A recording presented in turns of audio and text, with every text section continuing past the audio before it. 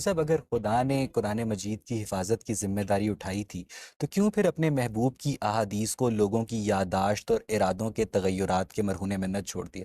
اگر ہم کسی روایت پہ ذوف کا حکم لگاتے ہیں یا ہم سمجھتے ہیں کہ محدثین اس کو صحیح طرح سمجھ نہیں سکے، اور بخاری میں ہے یا مسلم میں روایت آتی ہے، ہم کہتے ہیں کہ یہ محدثین کے فہم میں جو ہے نا وہ کمی رہ گئی ہے، تو پھر کیا اس کا مطلب یہ نہیں ہے کہ امت ایک پورے 1000 سال تک ایک حدیث کو دین کے طور پر لیتی رہی ہے، لیکن آج کا ایک نیا محقق اٹھ کے کہتا ہے کہ وہ دین نہیں ہے؟ یا یہ وہ دور ہے کہ جس کے اندر لوگوں نے پھر حدیثیں گھڑنا بھی شروع کی، اور بڑے پیمانے پر یہ کام بھی ہوا۔ یعنی آپ یہ سمجھ لیجئے کہ لاکھوں کی تعداد میں باتیں ایسی تھیں جو لوگوں نے گھڑیں اور گھڑ کے بیان کر دی۔ مثال کے طور پر دیکھیے، ایک صاحب تھے کہ جنہوں نے اس طرح کی بعض روایتیں گھڑنا شروع کر دیں کہ آپ قرآن کی فلاں سورہ پڑھیں گے تو اس کا آپ کو یہ اجر ملے گا، فلاں سورہ پڑھیں گے تو یہ اجر ملے گا۔ محدثین نے ان کو ڈھونڈ نکالا، ان سے پوچھا گیا کہ آپ نے یہ حرکت کیوں کی؟ تو انہوں نے جو اس کا جواب دیا وہ یہ تھا کہ میں نے دیکھا کہ لوگوں کا قرآن کی طرف زیادہ التفات نہیں ہے، لوگ حدیث زیادہ پڑھ رہے ہیں، تو میں نے قرآن کے فضائل کی روایتیں گھڑنا غامدی شروع صاحب کر دی۔ کس جیت کی جب کمپائلیشن مکمل ہوئی اس کے بعد مسلمانوں نے حدیث کو محفوظ کرنا شروع بیان کرنا شروع کر دیا۔ میرا سوال یہ ہے کہ صحیح بخاری کے مطابق وہ قوم فلاں نہیں پا سکے گی جو اپنے حکمران ایک عورت کو بنا سکے، تو کیا عورت اقتدار کو نہیں سنبھال سکتی؟ دین ہمارے پاس قرآن اور سنت کی روشنی کی صورت میں موجود ہے۔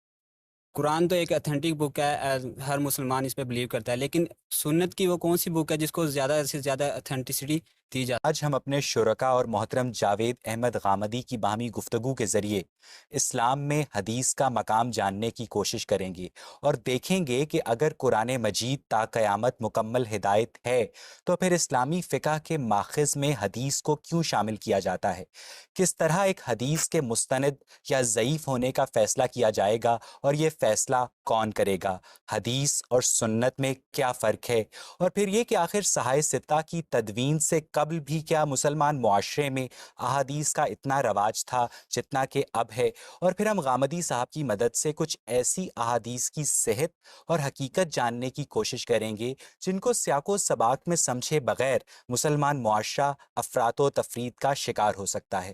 غامدی صاحب، اسلامی معاشرے میں حدیث کی تدوین کا آغاز کب ہوا اور اب اسلامی فقہ میں حدیث کا کیا مقام؟ یہ حدیث کی جو کچھ بھی اہمیت ہے وہ رسالت مآب صلی اللہ علیہ وسلم کی نسبت کی وجہ سے۔ حدیث رسول اللہ صلی اللہ علیہ وسلم کے قول، فعل، تقریر و تصویب کی روایت کو کہتے ہیں۔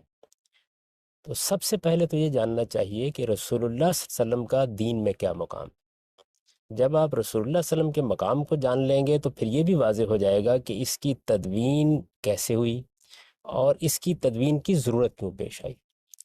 رسول اللہ صلی اللہ علیہ وسلم کا جو مقام قرآن نے بیان کیا ہے وہ یہ ہے کہ اب قیامت تک کے لیے آپ ہی کی ذات والا صفات دین کا تنہا ماخذ ہے، یعنی دین کا تنہا سورس سب آپ ہی کی ذات والا صفات ہے۔ جس چیز کو آپ اپنے قول، فعل، تقریر، تصویب سے دین قرار دیں گے وہی دین ہے، اور جس چیز کو آپ کی سند حاصل نہیں ہے اس کو دین کی حیثیت سے پیش نہیں کیا جا سکتا۔ رسالت مآب صلی اللہ علیہ وسلم نے جو دین ہمیں دیا وہ اللہ کی وحی کے ذریعے سے دیا، اللہ تعالیٰ کی تائید سے دیا، اور اللہ تعالیٰ نے آپ کو اس منصب پر فائز کیا۔ رسالت مآب صلی اللہ علیہ وسلم کی جو حیثیت قرآن بیان کرتا ہے وہ یہ ہے کہ ہر پیغمبر بھیجا ہی اس لیے جاتا ہے کہ وَمَا أَرْسَلْنَا مِن رَّسُولٍ إِلَّا لِيُطَاعَ بِإِذْنِ اللَّهِ، کہ اللہ کے اذن سے اس کی اطاعت کی جائے۔ ہم رسول اللہ صلی اللہ علیہ وسلم پر ایمان لاتے ہیں، اطاعت کرتے ہیں، اتباع کرتے ہیں، آپ کے ساتھ محبت کرتے ہیں۔ تو رسول اللہ صلی اللہ علیہ وسلم کی یہ حیثیت اگر آپ سمجھ لیں بہت اچھی طرح سے تو یہ بات بھی آپ کی سمجھ میں آ جائے گی کہ یہ ہو نہیں سکتا تھا کہ آپ ہمیں دین دیں یا دین کے بارے میں کوئی بات کہیں یا دین پر آپ عمل کریں اور اس کو لوگ دوسروں تک نہ پہنچائیں۔ معمولی شخصیات جن کے ساتھ لوگ محبت کرتے ہیں ان کی ایک ایک ادا کو لوگ محفوظ کرنے کی کوشش کرتے ہیں۔ تو رسالت مآب صلی اللہ علیہ وسلم کی زندگی ہی میں قول، فعل، تقریر، تصویب تینوں کی روایت شروع ہو چکی تھی۔ یعنی کسی نے حضور کو نماز پڑھتے دیکھا، اس کیفیت کو دیکھا جو آپ پر طاری تھی، کسی نے بات کرتے دیکھا، کسی نے کوئی کام کرتے دیکھا، آپ کے سامنے صلی اللہ علیہ وسلم کوئی معاملہ ہوا اور آپ نے اس کے بارے میں خاموشی اختیار کی، لوگوں نے ان سب باتوں کو بیان کرنا شروع کر دیا تھا۔ یہ وہ دور تھا جس میں قرآن لکھا جا رہا تھا۔ جب قرآن لکھا جا رہا تھا اور قرآن حفظ کیا جا رہا تھا تو رسالت مآب صلی اللہ علیہ وسلم نے بھی اس کا اہتمام کیا کہ اس کے ساتھ کسی اور چیز کا اختلاط نہ ہو۔ اس لیے پہلے مرحلے میں تو لوگوں کی زیادہ توجہ اسی پر رہی کہ قرآن کو محفوظ کر لیا جائے۔ جب قرآن کی حفاظت کے بارے میں لوگ مطمئن ہو گئے تو پھر انہوں نے اپنے طور پر کچھ چیزیں لکھنا بھی شروع کر دی، اور یہ بڑی فطری چیز ہے۔ تو صحابہ کرام نے بھی کہیں زیادہ احتیاط کے ساتھ، کہیں فراخ دلی کے ساتھ وہ باتیں بیان کرنا شروع کر یعنی دی۔ قرآن مجید کی جب کمپائلیشن مکمل ہوئی اس کے بعد مسلمانوں نے حدیث کو محفوظ کرنا شروع بیان کرنا شروع کر دیا، یعنی کسی نے زبانی بیان کرنا شروع کر دیا، کسی نے کہیں لکھ کے کسی کو بھیجنا شروع کر دیا۔ یہ دیکھیے بڑی فطری چیز ہے، یعنی اس کے بارے میں کسی فنی بحث کی ضرورت نہیں ہے، فطری طور پر ایسے ہوگا۔ یہ کیسے ہو سکتا ہے کہ مثال کے طور پر میں رسالت مآب صلی اللہ علیہ وسلم سے مل کے آیا ہوں اور میں نے کوئی بات سنی تو میں آپ کو نہ بتاؤں، آپ مل کے آئے ہیں اور آپ مجھے نہ بتائیں؟ بلکہ صحابہ کرام کے بارے میں تو یہ معلوم ہوتا ہے کہ وہ اپنے لیے باری مقرر کر لیتے تھے کہ آج تم جناب کی مجلس میں جاؤ گے اور جو باتیں سنو گے وہ مجھے بتا دو گے۔ خود سیدنا عمر جیسے جلیل القدر شخص نے یہ بیان کیا ہے کہ وہ اپنی زمینوں کی نگہداشت کے لیے مجلس میں جب حاضر نہیں ہو سکتے تھے تو کسی نہ کسی کو مقرر کر دیتے تھے کہ وہ آپ کی باتیں آپ تک پہنچاتا رہے۔ تو اس وجہ سے جس چیز کو حدیث کہا جاتا ہے، کیونکہ حدیث کا ایک لفظ ایسا ہے جو عربی زبان کا لفظ ہے، تو بڑی غرابت محسوس ہوتی ہے لوگوں کو۔ نبی صلی اللہ علیہ وسلم ایک بات فرما رہے ہیں، آپ کوئی کام کر رہے ہیں، اللہ کے پیغمبر ہیں، تو یہ کیسے ہو سکتا ہے کہ سننے والا، دیکھنے والا اس کو دوسروں کے سامنے بیان نہ کرے؟ تو یہ رسالت مآب صلی اللہ علیہ وسلم کے علم اور عمل کا تاریخی ریکارڈ ہم سب حدیث اور سنت میں کیا فرق ہے؟ دیکھیے ایک چیز ہے، رسالت مآب صلی اللہ علیہ وسلم نے جو مستقل بذات دین دیا ہے ہمیں، اس دین کو دینے کے لیے دو صورتیں اختیار کی گئی ہیں۔ ایک تو یہ اللہ کی کتاب قرآن مجید میں ہے، دوسرے یہ رسالت مآب صلی اللہ علیہ وسلم نے تمام صحابہ کرام کو دیا اور اس طرح ان کے اجماع اور تواتر سے منتقل ہونا شروع ہو گیا۔ یہ مستقل بذات دین ہے، جو قرآن کے علاوہ آپ نے دیا اس کو سنت سے تعبیر کیا جاتا ہے۔ حدیث کا جہاں تک تعلق ہے وہ رسالت مآب صلی اللہ علیہ وسلم کے قول، فعل اور تقریر کا ریکارڈ ہے، علم اور عمل کا ریکارڈ ہے۔ اس میں کیا ہوتا ہے؟ اس میں کہیں قرآن کی کوئی آیت آپ نے پڑھ دی، وہ کسی نے بیان کر دیا کہ حضور نے فلاں موقع پر قرآن کی آیت پڑھی تھی، کہیں کسی سنت کی تشریح وضاحت کر دی، وہ بھی بیان ہو گیا، کہیں کسی سنت پر یا قرآن کے کسی حکم پر لوگوں نے آپ کو عمل کرتے ہوئے دیکھا، اس کو بیان کر دیا۔ اسی طریقے سے رسالت مآب صلی اللہ علیہ وسلم کی سیرت سوانح اس میں بیان ہو جاتی ہے، آپ کی زندگی میں پیش آنے والے واقعات بیان ہو جاتے ہیں، آپ سے ملنے والے لوگوں کی گفتگویں اس کے ریکارڈ میں آ جاتی ہیں۔ تو وہ علم و عمل کا تاریخی ریکارڈ ہے۔ تاریخی ریکارڈ ہمیشہ پہلے مرحلے میں ایسے ہی محفوظ ہوتا ہے، یعنی کسی آدمی کو پہلے مرحلے میں یہ خیال نہیں ہوتا، بڑی سے بڑی شخصیت کے قریب رہنے والوں کو بھی، کہ وہ کاغذ پینسل لے کے بیٹھ جائے۔ پہلے مرحلے میں تو ایسے ہی ہوتا ہے کہ لوگ بات سنیں گے، زبانی بیان کر دیں گے، میں آپ سے بیان کروں گا، آپ مجھ سے بیان کریں گے۔ پھر ایک وقت ایسا آتا ہے کہ یہ خیال ہوتا ہے کہ اچھا اس کو محفوظ کر لیا جائے، کہیں یہ چیزیں لوگوں کی نگاہوں سے اوجھل نہ ہو جائے۔ اب اس کو محفوظ کرنے کا عمل بھی انفرادی طور پر شروع ہوتا ہے۔ بالکل اسی طریقے سے یہ عمل بھی شروع ہو گیا، اور اب تو بعض محققین نے ایسے صحیفے دریافت کر لیے ہیں جو بالکل ابتدائی زمانے میں بلکہ صحابہ کرام میں سے بعض نے مرتب کر دیے تھے۔ تو یہ سلسلہ جاری رہا۔ اس کے بعد لوگوں نے کچھ کتابیں مرتب کرنا شروع کر دی، جس میں امام مالک کی موطا کو بڑی غیر معمولی اہمیت حاصل ہے، اور امام مالک نے یہ موطا جو ہے یہ پہلی صدی کے اندر اندر ہی مرتب کر دی تھی۔ 20 لوگوں نے ان سے سنی، پڑھی، ان کو آگے بیان کرنا شروع کر دیا۔ اب گویا کتابی صورت میں تدوین کا عمل شروع ہو گیا۔ پھر اس کے بعد وہ مرحلہ آیا ہے کہ جس کے اندر اس کے بڑے بڑے ماہرین پیدا ہونا شروع ہوئے۔ وہ کیوں پیدا ہونا شروع ہوئے، بات آگے بڑھے گی تو میں آپ سے عرض کروں گا کہ اس کی ضرورت کیوں پیش ہے۔ ہم سب مولانا عبید اللہ سندھی کے مطابق وحی کی 3 اقسام ہیں: قرآن مجید، حدیث قدسی اور حدیث نبوی۔ اگر وحی کی پہلی قسم غیر متغیر ہے تو وحی کی باقی 2 اقسام میں کیوں تغیرات پائے جاتے ہیں؟ نہیں دیکھیے، بات یہ ہے کہ قرآن مجید تو اللہ کی کتاب ہے، یعنی اس کو آپ صرف وحی کیوں کہتے ہیں؟ اللہ تعالیٰ نے اس کو اپنی کتاب کے طور پر نازل کیا، اس کو محفوظ کیا۔ قرآن مجید اللہ تعالیٰ کے الفاظ میں ہم تک پہنچا ہے، اس کو اللہ تعالیٰ نے مہیمن قرار دیا، اس کو میزان قرار دیا، اس کو ترازو قرار دیا، اس کے بارے میں کہا یہ کسوٹی ہے جس پر ہر چیز پرکھ کر دیکھی جائے گی، اس کو ایک فیصلہ کن حیثیت دی۔ قرآن کا مقام اور اس کا مرتبہ بالکل ایک الگ چیز ہے۔ رسالت مآب صلی اللہ علیہ وسلم اللہ کے پیغمبر تھے۔ سوال یہ ہے کہ قرآن کے علاوہ آپ پر وحی کیوں نہ آتی؟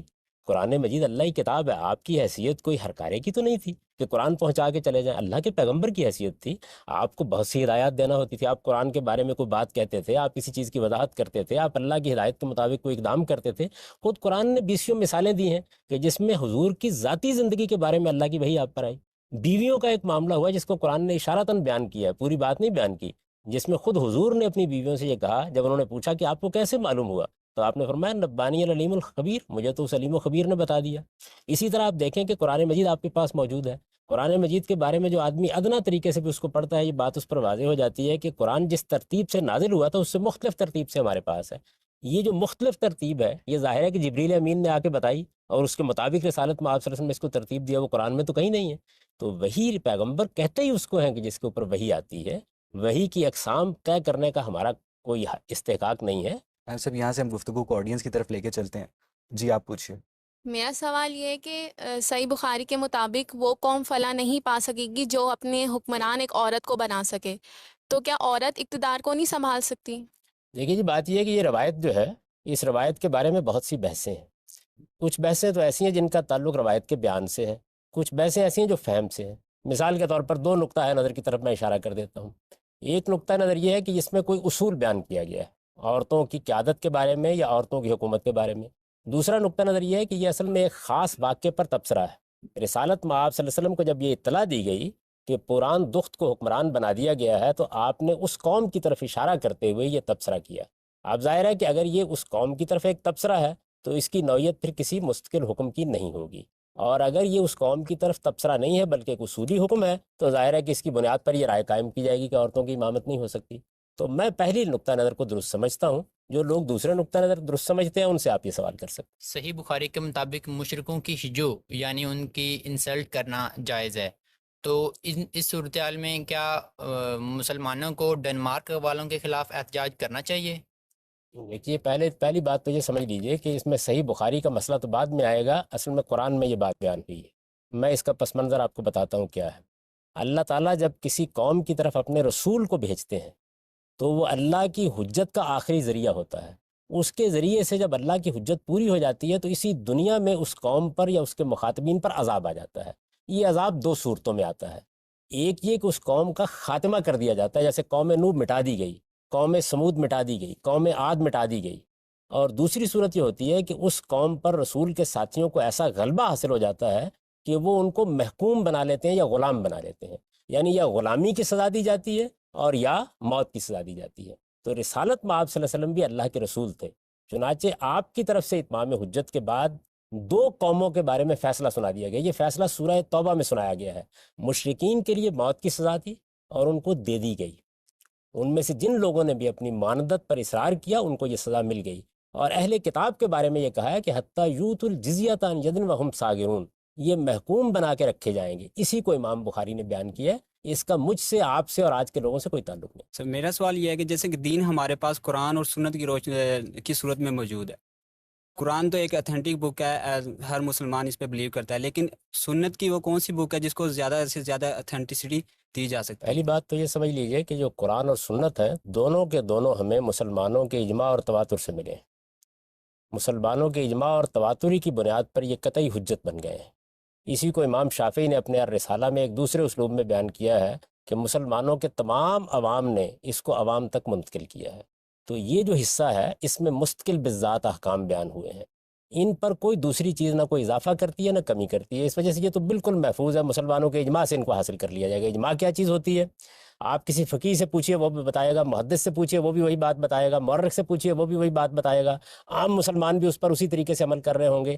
یہ ہمارے دین کا وہ حصہ ہے جس میں کوئی ادنا درجے کا اختلاف بھی موجود نہیں۔ آپ جو کتاب اٹھائیں گے، جو چیز بھی آپ کے سامنے آئے گی، ہر جگہ ایک ہی بات بیان ہوگی۔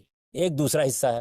دوسرا حصہ وہ ہے کہ جس کا تعلق تفہیم و تبیین سے ہے، یعنی ایک بات سمجھائی جا رہی ہے، کسی سوال کا جواب دیا جا رہا ہے، کسی چیز پر عمل کر کے دکھایا جا رہا ہے۔ یہ حصہ وہ ہے کہ جو ہمارے یہاں اخبار احاد یا احادیث سے نقل ہوتا ہے۔ یہ حصہ کوئی اضافہ نہیں کرتا، کوئی کمی نہیں کرتا، لیکن بہت بڑی حکمت ہم تک پہنچاتا ہے۔ اس کو علم کے زاویے سے دیکھنا چاہیے اور علم ہی کی حیثیت سے اسے قبول کرنا چاہیے۔ اس کے بارے میں جو اختلافات پیدا ہو جاتے ہیں ان اختلافات کو انسان کا حسن سمجھیے، اس لیے کہ اصل دین محفوظ ہے۔ اب میں ذرا فہرست بتاتا ہوں آپ کو کیا ہے۔ توحید کے معاملے میں کیا قرآن واضح نہیں ہے؟ رسالت کے بارے میں کیا قرآن مجید نے کوئی ابہام چھوڑا ہے؟ آخرت کے پر ایمان کی منادی کر دی ہے قرآن مجید نے۔ یہ ایمان اور عمل صالح ہے جس کی بنیاد پر ہمیں خدا کے حضور میں جواب دہ ہونا ہے۔ کوئی ابہام اس کے قرآن نے اتنا دہرا دیا ہے اس مضمون کو کہ 1000 پہلوؤں سے بیان کر دیا ہے۔ نماز ہے، روزہ ہے، حج ہے، زکوٰۃ ہے، رسوم و آداب کی چیزیں، عید الفطر ہے، عید الاضحیٰ ہے، اسی طریقے سے تطہیر بدن کی چیزیں بالکل متفق علیہ طور پر موجود ہیں۔ یہ اس طرح کے جو واقعات یا اس طرح کی باتیں بیان ہوتی ہیں، ان کے بارے میں تھوڑا بہت اگر اختلاف باقی رہتا ہے تو اسے معاشرے کے اندر آپ کیوں یہ چاہتے ہیں کہ انسان کو بالکل باٹا کے جوتوں کی صورت دے دی تو سر جائے اس کہ میں وہ ایک ہی سانچے سے ڈلتے ہوئے نکلے؟ وہ اختلاف کریں گے، ان کے زاویہ نظر میں فرق ہوگا، وہ چیزوں کو بیان کرنے میں بھی فرق کر دیں گے، اور اسی سے در حقیقت علم بڑھتا ہے اور ایک دنیا کے اندر رنگا رنگی رہتی ہے۔ اس کو اس جگہ رکھیے دین میں مجھے بتائیے، دین کے جو بنیادی احکام ہیں جن کے اوپر پورا دین کھڑا ہے، ایمان کی چیزیں اور عمل کی چیزیں، ان میں سے کیا چیز ہے کہ جس کے بارے میں بڑا اختلاف ہو؟